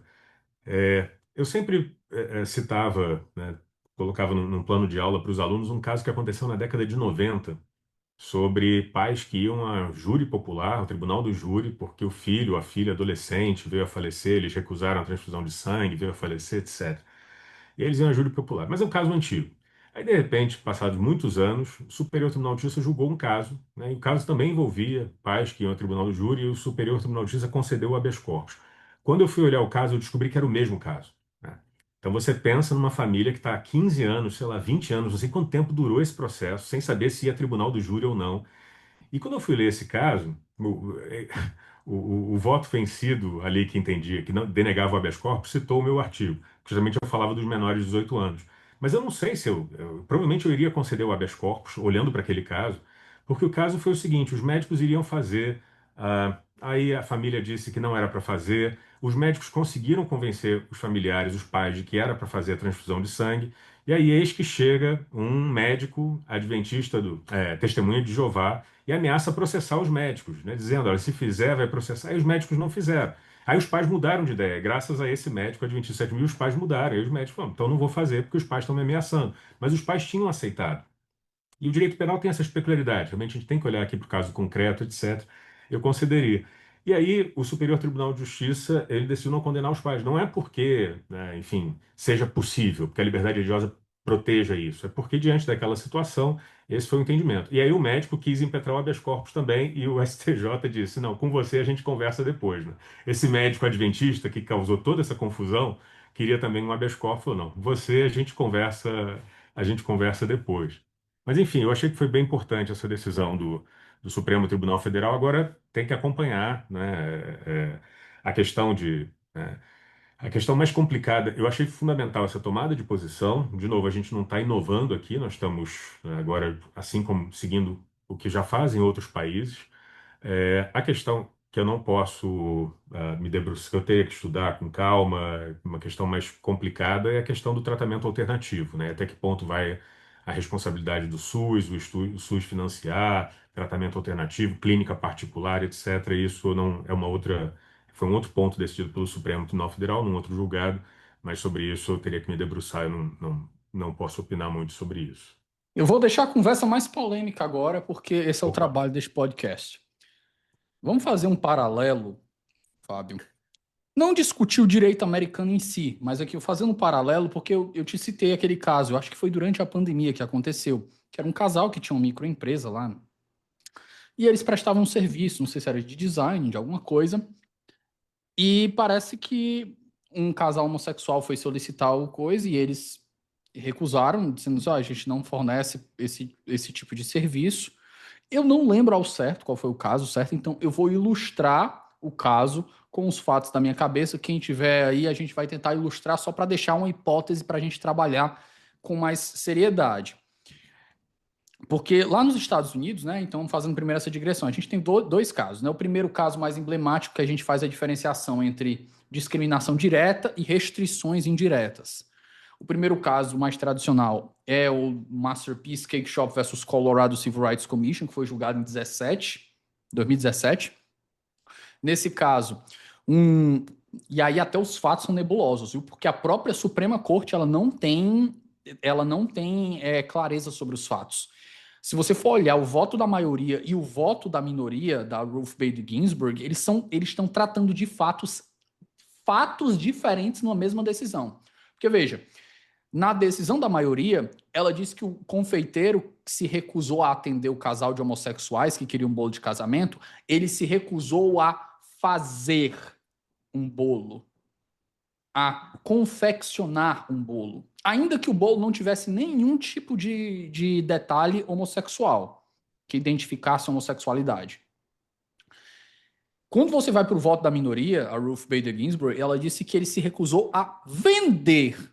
E aqui eu acho que existe uma diferença abissal. E eu acho que você concorda comigo. Porque em leis de acomodação, eu acho que é muito difícil você argumentar que alguém pode deixar de vender algo que vende para todo mundo para um grupo específico. Eu acho que isso é inadmissível numa democracia liberal. É inadmissível em qualquer hipótese. Se você vende um produto que você vende para todo mundo, você não pode restringir a venda desse produto. Agora, se você tem um serviço que é personalizado, aí a gente entra naqueles pontos, naquela linha mais cinzenta que tu descreveu bem no começo, que são questões extremamente complexas. As pessoas dizem, não, não é complexo. É claro que é complexo. É claro que é complexo. Porque quando a gente diz, Davi, então uma pessoa religiosa, ela pode rejeitar atender um casal homossexual, mas isso é discriminação, tá deixando a pessoa como cidadão de segunda classe. Eu disse assim, veja, na sua cabeça, o valor da integração social e da dignidade da pessoa que está sendo atendida é mais importante. Mas na cabeça dela, enquanto pessoa que tem uma crença, ela atender aquilo ali, ainda que você pode dizer, a Bíblia é hipócrita, os evangélicos são hipócritas, os católicos são hipócritas, eles traem a mulher, mas eles não querem atender uma... Não interessa. Isso tudo pode ser verdade. Mas quando você faz e você leva a sério a liberdade religiosa, quando você faz essa pessoa atender uma pessoa num serviço que viola a crença dela, você está violando igualmente a dignidade daquela pessoa. E aí, a gente teve o caso do confeiteiro, acabou saindo numa saída processual, foi resolvido depois em Hellenes, 303 Creative vs. Hellenes, que foi um caso totalmente forjado, certo? Vamos deixar bem claro. Sim. Foi um caso comendado pelos conservadores. A mulher era designer, nunca tinha trabalhado com casamento, mas aí os conservadores viram ali uma oportunidade e aí ela disse que ia migrar para o setor de design de sites de casamento. Ela pediu uma injunction, que é uma liminar, para que ela não precisasse atender casais. E outro, de novo, faz parte. Processos estratégicos. A gente pode até apontar isso historicamente, mas faz parte. Os dois espectros políticos usam isso de maneiras diferentes. Final das contas, ela pediu uma liminar para que ela não precisasse atender casais do mesmo sexo no site que ela fazia. Porque ela dizia que ela fazia um site personalizado, era um trabalho de arte, e que ela conhecia as pessoas, e pipipipopopó. Enfim, chegou na Suprema Corte, a Suprema Corte deu ganho de causa para ela.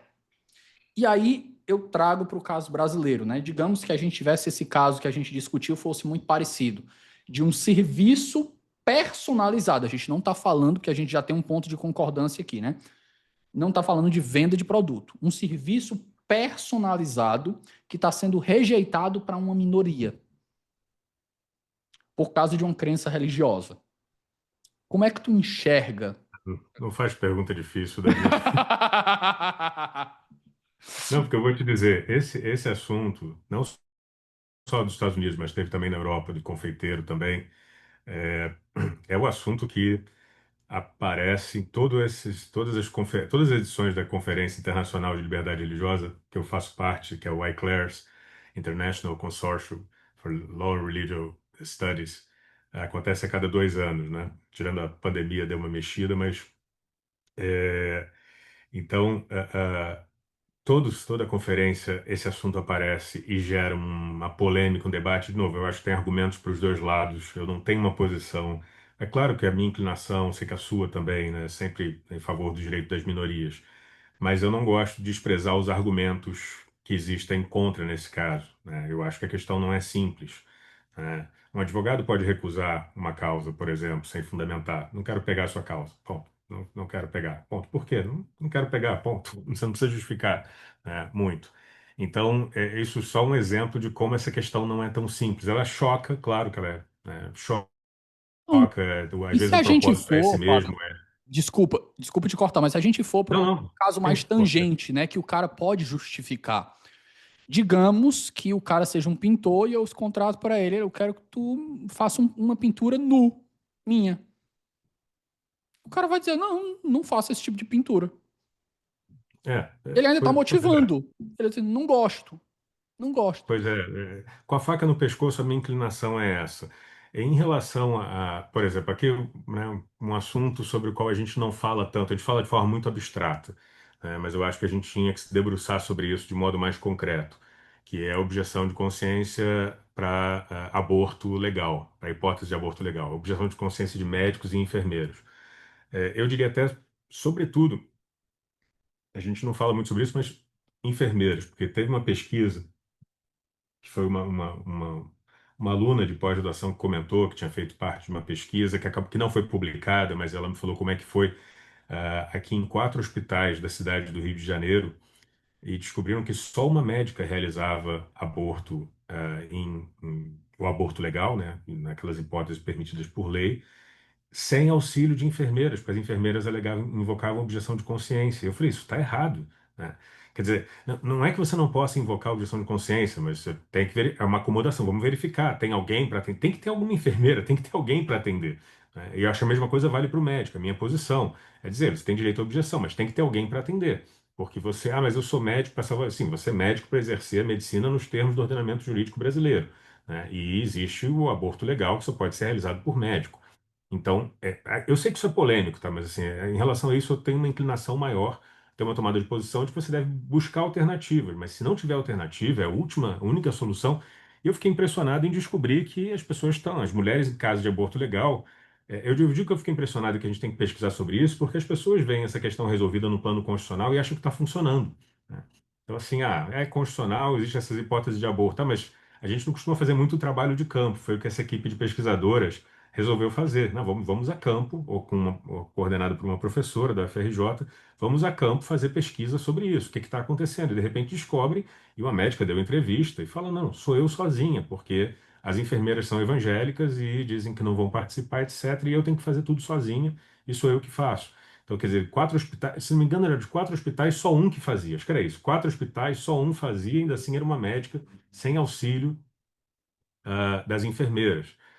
Então, enfim, eu acho que a gente tem que se debruçar sobre isso, tomar uma posição. É complicado, é uma tomada de posição, não é aquela lei geral da liberdade religiosa e da objeção de consciência com a qual todo mundo vai concordar. Agora sim, envolve tomada de posição. Se for para um lado, eu vou apoiar, se for para outro, eu vou criticar, mas eu prefiro que seja assim, que a gente esteja bem claro qual é o nosso direito. Olha, o direito brasileiro é isso, né?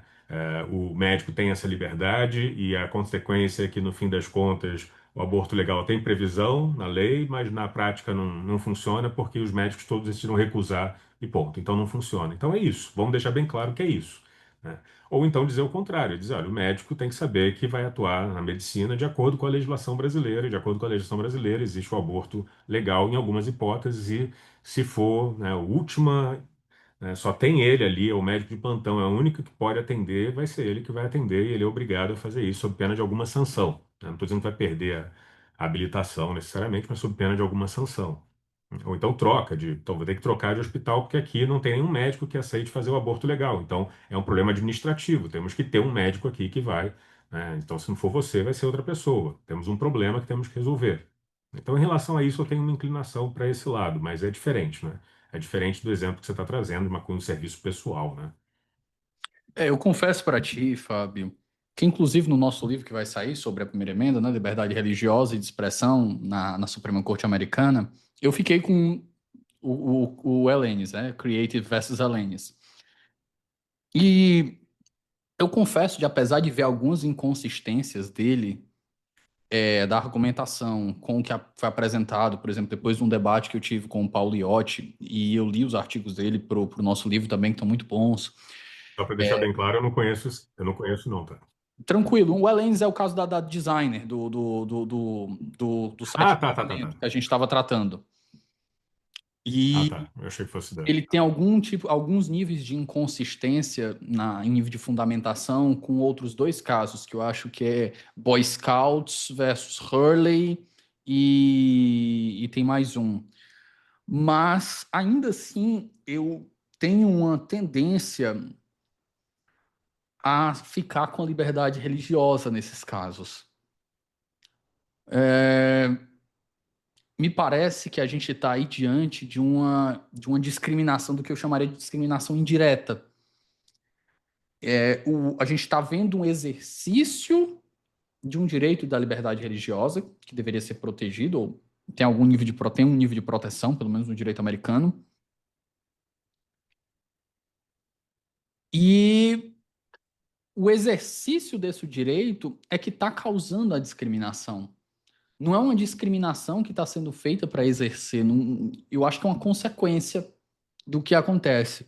Mas, assim, não sou um grande teórico, eu fiz uma reflexão com base nos precedentes de lá. Eu acho que lá tem muito mais espaço para a gente fazer esse tipo de interpretação do que aqui. Eu acho que aqui, apesar da gente conseguir transplantar os argumentos, mas quando a gente vai para aquele negócio de transplante constitucional, né? Quando o transplante constitucional acontece, ele passa por um filtro cultural, ele passa por um filtro jurídico, ele passa por um filtro histórico e ele ganha uma roupagem diferente. Então a interpretação aqui poderia ser completamente diferente, igualmente válida. Mas assim, feitas essas considerações, deixa eu te fazer mais uma pergunta antes da gente ir para o nosso bloco final. Se tu fosse desenhar um modelo ideal aí para lidar com esses pedidos de escusa de consciência religiosa no Brasil, de um ponto de vista normativo e institucional, se tu não tiver um modelo na cabeça, quais são as diretrizes, pelo menos, que tu colocaria que deveriam ser consideradas? Tá, vamos lá. Eu não tenho um modelo, porque realmente eu aposto mais nessas situações concretas, mas quando eu falo concretas, eu não quero dizer que são específicas, aquela coisa rara que acontece uma vez no cometa Harley, não. Estou falando de uma coisa que acontece com frequência, mas assim como o Supremo Tribunal Federal teve que lidar naqueles recursos extraordinários, tentar circunscrever ao máximo. E aí você tem situações distintas. Eu digo no artigo e eu não tinha visto alguém, senão até citaria, mas alguém escrever isso. Curiosamente, eu vi alguém dizer isso num desses encontros internacionais de liberdade religiosa. Fiquei bem impressionado. Falei, bom, alguém que pensa como eu. É um juiz federal americano. Eu quis procurar o nome dele, mas o site que tem a programação do evento, que aconteceu em 2022 em Córdoba, na Espanha, tá com algum problema. Ele me manda para uma página que parece uma página do Tigrinho, sabe? Então eu decidi sair. Eu vou depois falar com a organização. Eu queria buscar o nome desse juiz federal que eu achei bem interessante, porque o que eu disse no artigo é que para acomodação razoável é preferencial a via legislativa ou administrativa. Legislativa quando possível, porque aí você resolve isso num plano normativo. Mas se não for legislativa, administrativa, que vai depender sempre da situação. Ah, significa que não pode ser pela via judicial? Pode ser, mas é melhor que não seja, né? É melhor que não espere pela via judicial. Alguns casos vão ser possíveis, outros não necessariamente. Outros, não necessariamente quero dizer, em alguns casos você tem bons argumentos para uma acomodação razoável pela via judicial, em outros pode ser que sim, pode ser que não. A gente vai voltar para aquele velho problema de que a cada quatro, um consegue. É um em quatro que vai conseguir, porque tem bons argumentos para conceder, tem bons argumentos para não conceder. É, e esse juiz federal, foi uma palestra na sessão plenária, eu fiquei impressionado porque muita coisa do que ele dizia na palestra são coisas que eu digo, né, em aula, até quando eu falei para você, estava falando do caso da transfusão de sangue, eu falei, a regra resolve 90% do caso. Ele falou exatamente uma coisa. Ele falou, a regra resolve 90% dos casos. Aí depois ele falou o que eu falo também. Ele disse, esse número eu estou inventando, tá? Eu não sei quantos por cento, eu estou inventando esse número. Eu falo exatamente a mesma coisa. Mas o que eu quero dizer é, regras resolvem 90% dos casos. Não vão resolver 100%. Depois tem 10% que a gente vai verificar, enfim, aí são situações mais complicadas. A regra não é tão clara, tem uma peculiaridade normativamente relevante, no caso concreto, etc. Mas ele dizia o seguinte: é interessante por ele ser juiz federal. Ele estava defendendo medidas administrativas e ele dizia, para alguns casos, por favor, não levem para o meu tribunal. Se eu for decidir, eu vou decidir contra. Mas assim, porque eu não tenho eu não tenho base para decidir a favor. Eu não tenho conhecimento, eu não tenho a criatividade, a lei não diz seja criativo, né, para pensar em soluções. E, eventualmente, a administração pública é mais habilitada para isso. Conhece os recursos, sabe quais são as possibilidades, é mais criativa. Ele deu alguns exemplos que não são necessariamente religiosos. Ele falou Tem de uma tribo indígena Tecnicamente que tem mais flexibilidade também, tem né? mais flexibilidade, Assim, a não ser que tenha essa visão da legalidade, a não ser que ele. o juiz não deve ter, pelo menos em regra, né? É, Mas, mas eu tecnicamente, lembro dele citar um caso de uma tribo indígena que utiliza a pena daquela águia que é protegida, aquela águia americana, né, que é um animal protegido nos Estados Unidos, eu esqueci o nome. é a águia É, careca. é a águia careca, exatamente. E ele dizia que eles usavam aquela pena, só que o animal é protegido. Aí tem esse conflito, né? Não era religioso, mas envolvia, né, esse grupo indígena. E ele falou que isso foi resolvido administrativamente, porque o que administrativamente se verificou? Existem aqueles animais mortos. Então, tem a águia que já morreu, e eles não precisam da pena, né? Então, o departamento tem lá um setor com essas águias já mortas. Então, pode usar aquela pena, não tem problema nenhum, é do animal morto. Você não pode caçar o animal para usar a pena, não pode tirar a pena do animal vivo, mas existe. E essa foi uma solução encontrada administrativamente. Ele falou: é muito complicado dar essa ordem judicial, né? Você tem que fazer isso, você tem que utilizar o setor. Ele falou: eu não lembro se ele estava falando exatamente desse caso, quando ele dizia não levem para o judiciário. Ele começa a dar outros exemplos de basquete universitário, uso do kippah, e um aluno e um jogador do basquete universitário que ele usar o kippah, etc. E isso é contra as regras. Tudo foi resolvido administrativamente. Agora, se você chega judicialmente e fala, eu tenho esse direito com base na primeira emenda, com base na Constituição, fica muito mais difícil o juiz dizer, não, realmente, você tem esse direito, está muito claro que você tem esse direito, que você pode cobrar, que o Estado ou particular tem que fazer isso necessariamente. É, então, assim, para essas situações, por exemplo, que eu falei, em relação a médicos, que eu não quero voltar a esse assunto, mas eu não tenho uma posição tão forte. Eu sei que é um assunto complicado, essa questão relacionada ao médico. Eu disse, com a faca na garganta, a minha inclinação é uma. Mas eu acho que a gente deveria começar a pensar pelo menos nesse problema, resolvido pela via administrativa, de você olhar, olha só, temos aqui nessa cidade, não tem nenhum hospital, não tem um médico que faça isso, e tem que ter. E a gente tem que resolver esse problema. Como? Não sei, mas o problema é esse. Eu não estou obrigando agora todos os médicos a fazerem. Mas a administração pública, por exemplo, reconhecer que a ausência de um médico, todos os médicos levantam objeção de consciência, todos os enfermeiros, é um problema. Não vou punir os médicos e os enfermeiros no primeiro momento, não é esse o ponto. É como resolver o problema de que não tem nenhum médico, nenhum enfermeiro que possa, né, realizar o aborto em casos previstos, a interrupção da gravidez em casos previstos em lei, né? Agora, tem outras situações que é possível resolver pela via. Então, alguns casos é melhor pela via administrativa, outros casos pela via legislativa. E aí, um exemplo: a gente tem uma lei recente, acho que de 2021, mas antes disso já tinha uma lei em Porto Alegre, na cidade de Porto Alegre, que resolveu o problema num plano normativo em relação, né, ao calendário escolar e alunos que vão invocar, que não podem ter aula ao sábado, ou tem feriado religioso, feriados judaicos, né, o Dia do Perdão, o Pessa, a Páscoa judaica, o Rosh Hashanah, o Ano Novo. Como resolver esse problema? Bom, tem uma lei explicando que o aluno que quiser, o responsável, no caso, no início do ano letivo, tem que informar quais são as datas festivas da sua religião, que não poderia fazer prova para a escola pública e acho que particular também, não lembro, mas para a escola poder se adequar a isso, adequar o seu calendário. Se você se converteu a uma religião no meio do ano, pode ser que resolva, mas a lei já não te protege em relação a isso.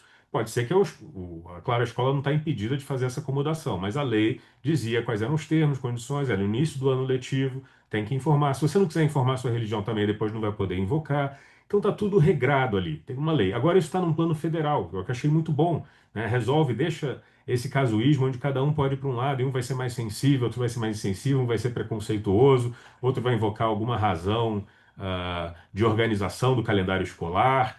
Agora tem uma regra, tá na lei federal e isso é possível estar previsto em lei. Então aquilo que puder estar previsto em lei é melhor que esteja previsto em lei. Mas gera aquele problema que eu coloco no meu livro. Como é que minorias religiosas vão se organizar politicamente? É uma dificuldade. Então, às vezes, pela via administrativa. E sempre teremos a via judicial no fim das contas, mas a via judicial é uma loteria desfavorável, sabe? Aqui é um jogo do tigrinho mesmo, a chance de você perder é maior do que a chance de você ganhar. E é interessante que eu, né, eu tinha coordenado essa pesquisa, e aí o Enem era realizado aos sábados, né, inicialmente, agora passaram para o domingo, era realizado aos sábados. E aí um grupo de alunos, não, foi interessante porque um grupo adventista do sétimo dia, tá certamente ciente desse problema, né, de que se for pela via judicial, a chance de ganhar é muito pouca, muito pequena, foram para a via administrativa, né? Eles foram ao Ministério da Educação para tentar encontrar uma solução de acomodação. Pela via judicial, não vão conseguir, já sabem que não vão conseguir. A chance é muito pequena. Então foram pela via administrativa e se reuniram com o ministro da Educação, à época, o Fernando Haddad, para tentar encontrar uma solução para esse problema. E aí conseguiram uma acomodação. Então, no edital, previsto que o aluno sabatista que quiser, não é obrigado, ninguém vai receber ali, né, uma, uma letra escarlate, dizer você é aluno sabatista, então vai estar submetido a esse regime. Não, aquele que quiser, até porque eu acho que essa regra do sábado é muito mais seguida pelos adventistas do que pelos judeus. Tem muitos alunos judeus lá na PUC, conheço bem, depende do perfil, né? Alguns seguem, outros não a regra do sábado, mas os adventistas costumam seguir mais. Então, conseguiram colocar no edital. Então, esse foi um exemplo de acomodação razoável feito pela via administrativa. Esses alunos vão chegar no mesmo horário que os demais e só a partir das 18 horas vão fazer a prova. É o ideal? Não, mas é o que deu para fazer, né? Mas eu costumava dizer, o melhor é que fosse para domingo. Porque eu sempre leio naqueles trabalhos que eu considero trabalhos ruins, né, do direito brasileiro. Geralmente são panfletários, são enviesados, etc. Eu sempre vi esse argumento, defendendo, né, criticando essa postura em relação ao sábado, não atender ao sábado, porque o domingo está preservado. Não é verdade, não é verdade. O comércio abre no domingo, nós somos o maior país católico, o Papa João Paulo II tinha dito que domingo é o dia do Senhor, não é dia de praia nem do futebol. Aqui todo mundo vai à praia, o Campeonato Brasileiro é domingo. Então, assim, domingo não tem essa importância que o sábado tem para as religiões sabatistas, né? Então eu pensava, pode passar para domingo, que não vai ter problema. Então, essa coisa de é sempre sábado, nós somos prejudicados porque o domingo é o dia religioso dos católicos, dos demais cristãos. Não, pode ser domingo, não tem problema nenhum ser domingo. É melhor que seja, resolve o problema. Mas, enfim, foi essa solução que foi encontrada. Um grupo de alunos judeus ajuizou uma ação ordinária, pedido de tutela antecipada, para o pedido alternativo, ou que mudasse a data, ou que permitisse que eles fizessem uma outra prova com o mesmo grau de dificuldade, que é uma coisa um pouco complicada, ainda mais no Enem. Mas não é impossível, só é um pouco mais complicado. Uma prova que não vai ser a mesma, mas com o mesmo grau de dificuldade. Também como operacionalizar isso, também é uma coisa muito difícil. É possível operacionalizar isso administrativamente, mas um juiz decidir que vai ser assim, onde é que vai ser essa segunda prova? E quem faltou a primeira pode fazer a segunda? Muitas perguntas vão surgir daí. Mas esse era o pedido alternativo. O primeiro era mudar a data. E aí o juiz negou a tutela antecipada. E aí houve recurso para o tribunal, TRF. E aí, um desembargador, não foi uma decisão colegiada, um desembargador concedeu a tutela antecipada. Os dois citaram o mesmo artigo da Constituição. Olha o problema das normas vagas, né? Os dois citaram o artigo 5º, inciso 8. Para um, não dá direito. Para o outro, o artigo 5º, inciso 8, dá o direito. E aí foi em STA, suspensão de tutela antecipada, julgada pelo Gilmar Mendes, monocraticamente também. Só decisão monocrática. E a STA número 389. E o ministro Gilmar Mendes suspendeu a tutela antecipada. Depois colocou para o plenário e o plenário confirmou a decisão, com o voto vencido do Marco Aurélio. Mas foi interessante que foi a primeira vez que eu vi o Supremo Tribunal Federal utilizar a expressão acomodação razoável, justamente para defender a medida adotada e dizendo, olha, essa medida é razoável, não é o ideal, mas preserva a igualdade, etc, etc. Não falaram ali sobre a mudança de data, porque, de novo, a questão não é que seja errado mudar a data, existe esse dever de mudança de data, que pode ser uma obrigação imposta por decisão judicial, e não existe esse dever, eu acho, tá? Mas depois, de novo, politicamente mudaram a data para domingo. Acabou, não tem mais problema. Como a gente estava falando antes, né? Como eu já tinha dito antes, eu estou vendo aquilo que eu já disse que iria acontecer. Não vai ter problema. Agora, pode acontecer de algum religioso, eu não sei, algum religioso que siga o domingo como um dia de guarda, não conheço essa realidade, aqui no Brasil, mas que vai invocar esse problema. Mas nem por isso vai conseguir mudar a data. Talvez consiga uma medida de acomodação razoável para fazer a prova depois. Mas a partir do momento que o Enem passou de sábado para domingo, foi resolvido o problema pela via administrativa, não pela via judicial.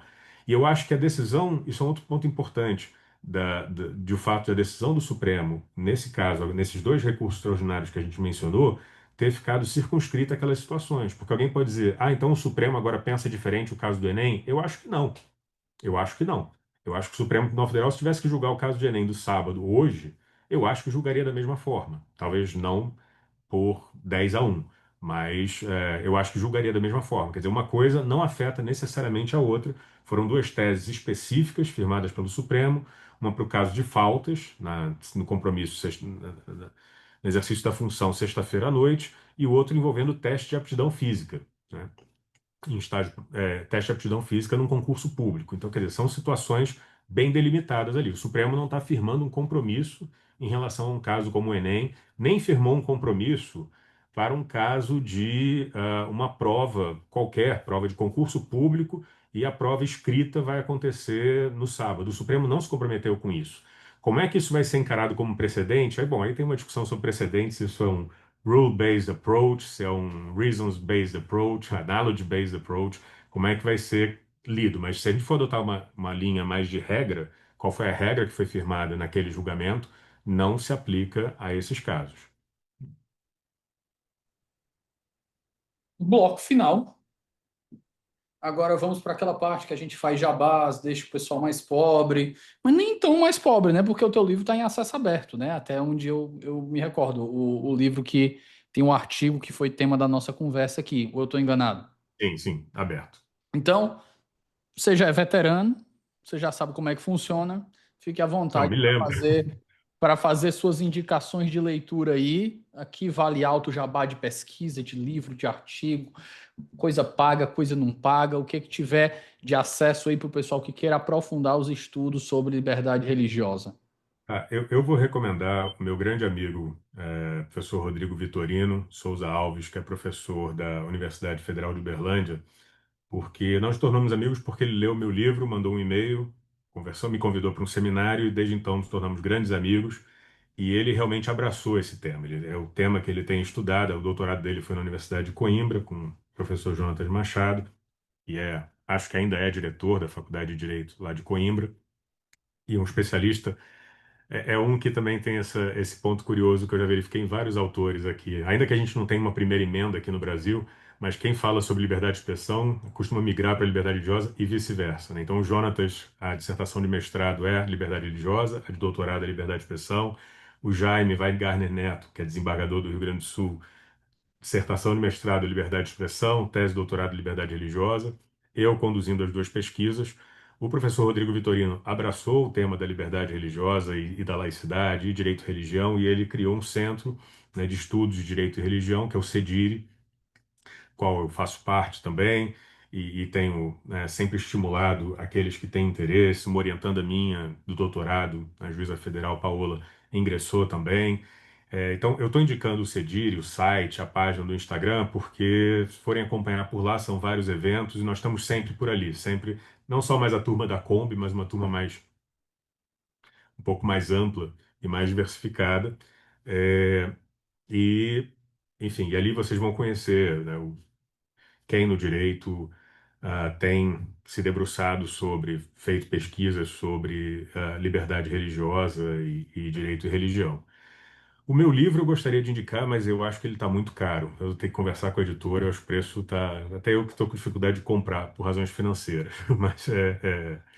Mas eu tenho um livro chamado Estado e Religião, a Liberdade Religiosa na Constituição Brasileira.